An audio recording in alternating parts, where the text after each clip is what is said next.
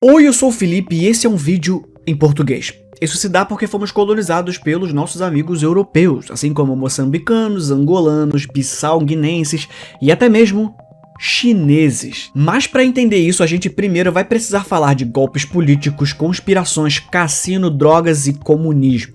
Ou seja, esse vídeo tá bom demais! Tudo começa com a chegada dos romanos à Península Ibérica em 218 a.C., quando eles trouxeram o latim, que se espalhou e se fortaleceu através do controle romano, dando origem às línguas românicas, incluindo o galego-português. Com a invasão dos mouros, o latim conviveu com o árabe, mas as latinizações do árabe persistiram. Café, açúcar, macarrão, azeite, guitarra, álcool, arroz, são todas latinizações do árabe. A língua portuguesa evoluiu ao longo da Idade Média e se estruturou após a independência de Portugal no século XII. Durante o Renascimento, a língua foi organizada de verdade e no século XV e XVI acabou se expandindo para suas colônias, que é mais ou menos quando os portugueses chegaram na China. O envolvimento português começou em 1513, culminando num assentamento em 1557 na região chamada Macau, voltado para o comércio. Missionários católicos influenciaram o desenvolvimento de Macau, solidificando como ponto de interação cultural entre o Oriente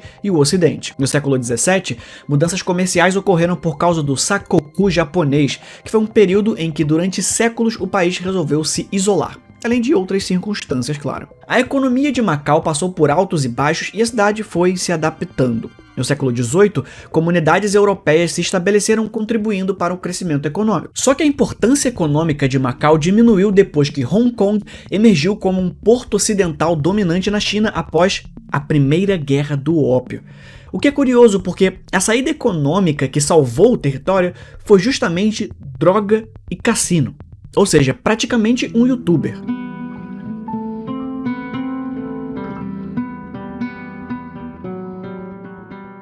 Em 1847, o governador Isidoro Francisco Guimarães, ciente da dificuldade de Macau em competir com a emergente colônia britânica de Hong Kong, optou por legalizar o setor de jogos, englobando cassinos e outras formas de jogos de azar. A legalização desse setor, que já existia clandestinamente na cidade de qualquer forma, visava transformar a colônia em uma espécie de centro de férias, lazer e entretenimento para os moradores e comerciantes das proximidades. Só que a gente tá falando do século XIX, né? Não era apenas a Blaze analógica que dava dinheiro.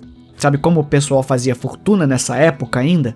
Vendendo gente. Além dos jogos de azar, Macau conseguiu recuperar parte de sua antiga prosperidade atuando como um entreposto para o comércio de escravos. Até que Portugal decidiu falar: peraí, esse pedaço da China é meu. E a China falou: ah, mas não é mesmo. E estabeleceram um posto militar com 500 soldados em Qianshan, que ficava coladinho ali em Macau. Além de nomear locais em cargos de poder para supervisionar o lugar. Como resposta, o governador de Macau nessa época, João Ferreira do Amaral, ganhou mais poder sobre o Leal Senado, que era o órgão governamental mais importante. As políticas de João Ferreira do Amaral, em meados do século XIX, visavam fortalecer o controle português. Ele aboliu completamente os costumes chineses, aumentou os impostos e estabeleceu sua autoridade sobre todos os residentes chineses em Macau.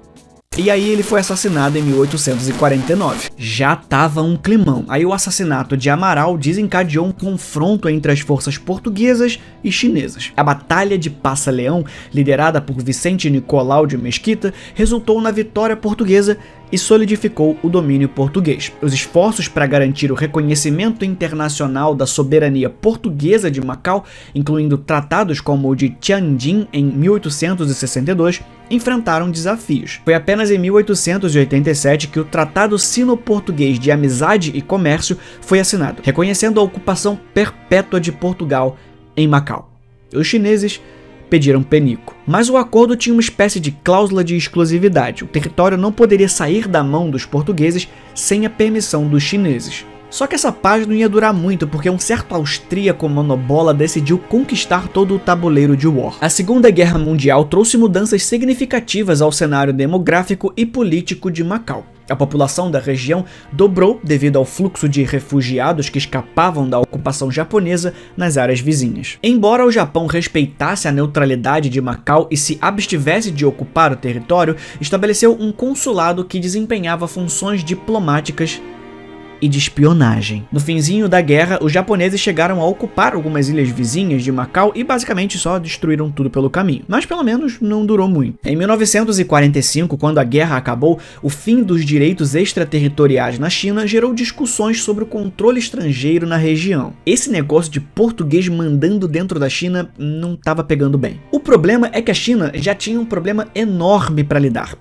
Chineses contra chineses. Antes, durante e depois da Segunda Guerra Mundial estava rolando a Guerra Civil Chinesa, os nacionalistas versus os comunistas. Por isso, mesmo depois de uma guerra mundial, qualquer conversa sobre mudanças concretas teve que ser adiada. Pelo menos até 1966.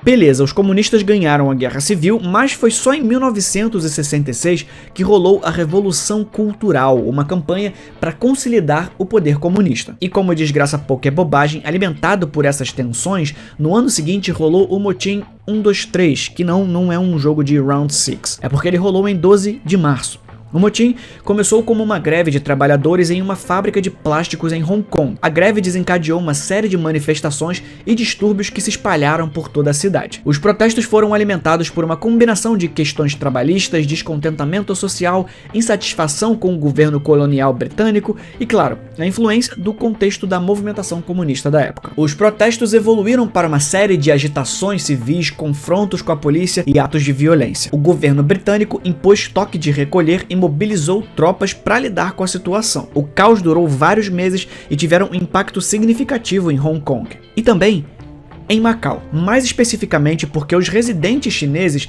tentaram construir uma escola, mas o governo disse que era ilegal. Quando eles insistiram em construir o prédio, a polícia apareceu, deu porrada em todo mundo, prendeu um monte de gente e foi embora como se não fosse dar em nada. Em resposta, os chineses adotaram o que ficaria conhecido como os 3 nãos: não entregar impostos, não fornecer nada ao governo e não fazer qualquer troca comercial com os portugueses. Em dezembro, os comunistas de Macau conseguiram forçar Portugal a voltar atrás naquele acordo de ocupação perpétua. Era a vez dos portugueses de pedir penico.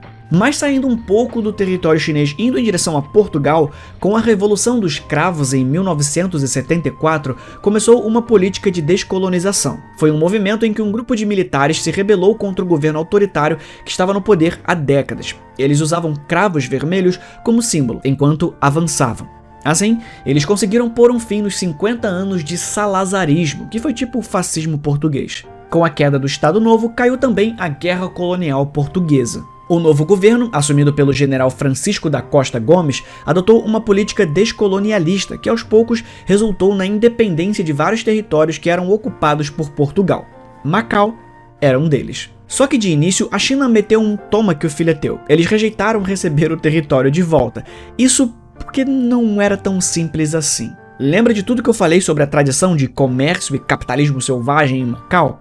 A China agora era comunista. Olha aí um prato cheio para mais merda, guerra e derramamento de sangue. O negócio tinha que ser feito com cuidadinho para ninguém se machucar. Durante as negociações, o status de Macau foi redefinido como território chinês sob administração portuguesa. A data da transferência de soberania foi agendada para 20 de dezembro de 1999, conforme estipulado na Declaração Conjunta Sino-Portuguesa sobre a questão de Macau. Fala a verdade, quando você esteve tão tenso que decidiu remarcar um compromisso para 12 anos no futuro? Essa declaração estabeleceu compromissos entre os dois países em prol de Macau, garantindo uma ampla autonomia e a preservação das especificidades da região por pelo menos 50 anos.